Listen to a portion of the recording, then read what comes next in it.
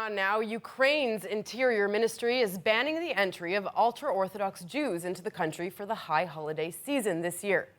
Every year, thousands from the Breslov Hassidic sect visit the grave of the movement's founder, Rabbi Nachman.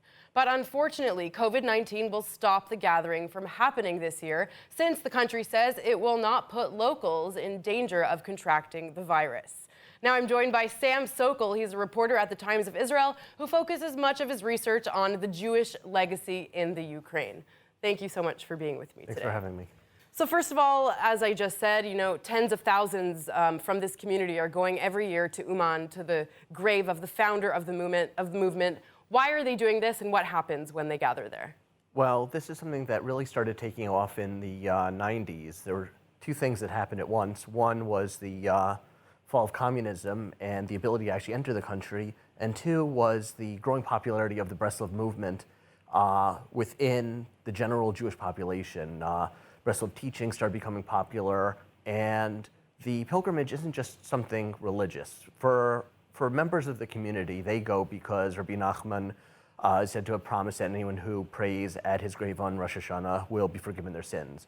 But it's also turned into just an event. People go to see and be seen. It's a huge party. There's, not on Rosh Hashanah itself, but before and after, there's parties, there's dancing, there's events, there's food. Unfortunately, there's also been reports of drug dealing and prostitution and other things, but it's just become a giant festival.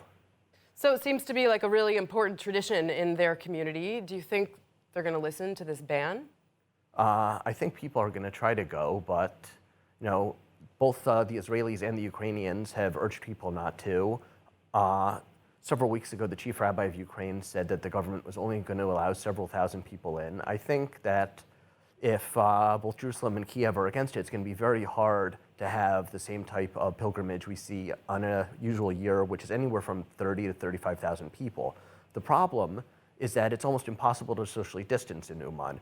The entire event is just massive, massive crowds. Is this the first time this has happened, or has it happened in the past that this whole event has been canceled? No, it's never. Even in 2014, 2015, with the beginning of the war with Russia, you had massive numbers of people coming in. That was actually, in 2014, was very interesting because I was at Ben Gurion Airport for an event welcoming refugees, Jewish refugees, fleeing from eastern Ukraine from the war. And they were coming in on one side of Terminal 1, and several hundred meters away on the other side of Terminal 1, you had thousands of Israelis running into the airport yelling, Uman, Uman, Rosh Hashanah. It was like a revolving door. One side, they're running to Ukraine. The other side, they're fleeing Ukraine. Interesting. Also, I'm really just generally interested in this movement. What about them makes them unique?